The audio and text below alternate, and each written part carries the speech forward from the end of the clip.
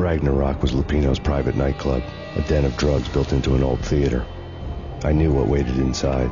V-head junkies ready to explode in random acts of senseless violence. And Lupino's goon squad, the worst stone-cold killers this side of hell. Ragnarok was as inviting as a headache, flickering and flashing to a machine gun beat. The belly of a nightclub was a gothic theme park that began with bondage games and led to the nasty stuff from there. As subtle with its dark message as a cop-killer bullet through the heart. Like father, like son. Just like Jack Lupino. Given the setting, I was surprised to find that somebody had been passing time reading. The paperback was entitled, The Age of Murder and Storm. The blurb on the back mentioned Norse mythos and Ragnarok, the end of a Viking world with a terrible winter that covered the earth in ice, when vile crimes were rampant and all humanity lost. I could see how somebody impressionable might get it into their head that we were at the end of time. I was also beginning to see what the nightclub and its owner were all about. The room was stacked with light reading, such as Necronomicon, Witchcraft, and Paradise Lost. Old exotic titles like Malleus Maleficarum and De Umbrarum Reini Novum Portus. Books with pentagrams on their covers, all dealing with the occult and the infernal, lying between stacks of horror videos and a couple of Ouija boards. The only thing I could take seriously was the thought of Lupino taking it seriously. He had been spending a lot of time getting intimate with the guy downstairs.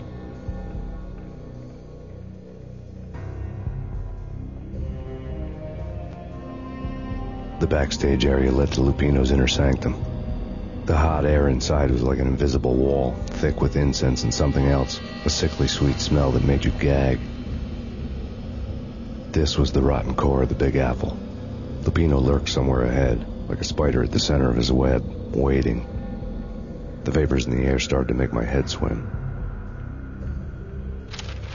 Punchinello had threatened Lupino in writing. The note had been torn to pieces, bloody fingerprints all over them. Don't want you to think that one of my boys is not playing with a full deck. Shape up, Jack. We are running a business here.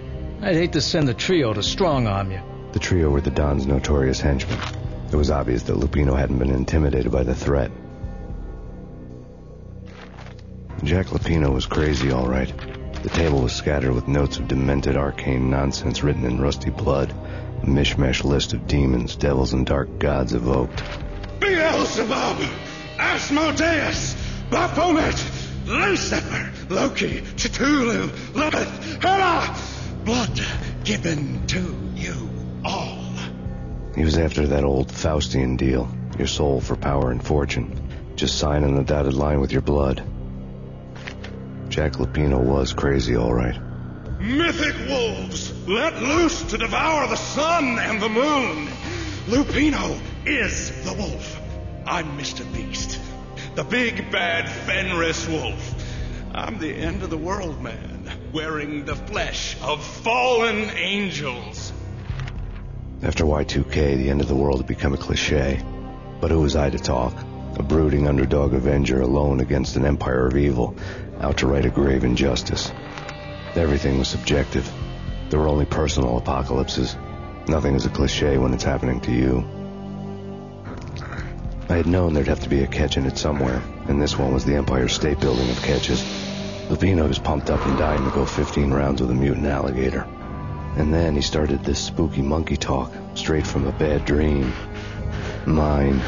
I have tasted the flesh of fallen angels. I've tasted the devil's green blood. It runs in my veins. I've seen beyond a world of skin, the architecture of blood and bow and arrow. Death is coming. She is coming, and hell follows with her. This is the twilight winter. I am ready to be her son.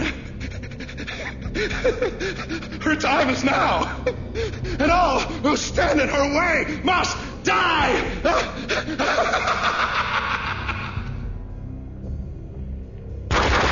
When Lupino finally went down, I wanted to make real sure he'd stay that way.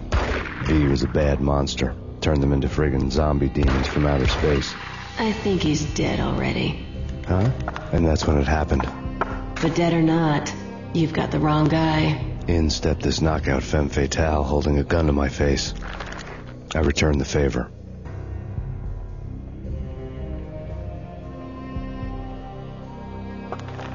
Lisa Punchinello. Lisa Punchinello was the Don's wife. Mona Sax. Lisa's evil twin. Your safety's off, evil twin.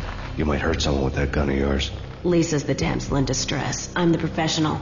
I'd blow you away without batting an eye. Sure, and you can check out my credentials splattered all over this joint. Jack couldn't have framed you. Not the state he was in. We're after the same slime bag.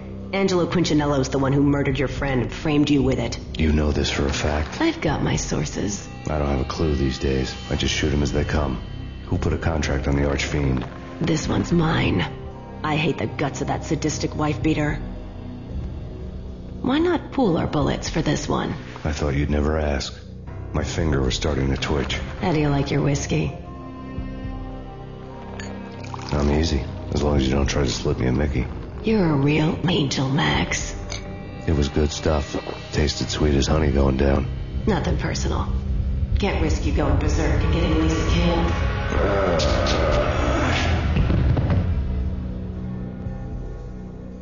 The nightmare was always the same. Violent shapes moving in darkness, old and ugly. The killer's mad laughter was a riddle filled with wicked innuendo.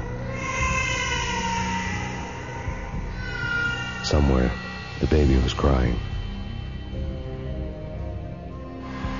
Alex and I had a few moments of glory between us. Crime-fighting comrades, the best in NYPD DEA collaborative team. Good-hearted macho bullshit like that. I would have given anything to have him here as my backup. No such luck. No luck at all. The Payne family.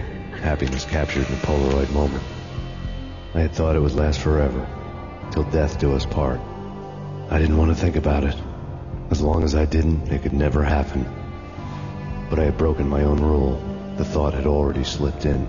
Fear was rusty needles poking at my brain. Cold and scaly, it slithered down my chest.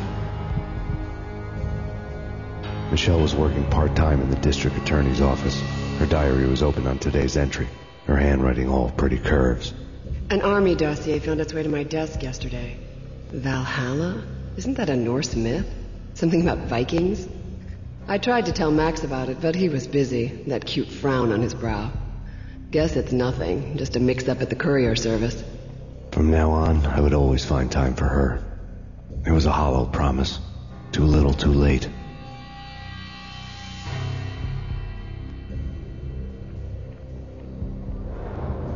I woke up in a bad dream. My head felt 2 sizes too small for my brain. Max Payne. I envy your name. And the killer was smiling. Pleased to meet you. I'm Frankie the Bat Niagara. Niagara, as in you cry a lot? He had a baseball bat and I was tied to a chair. Pissing him off was the smart thing to do.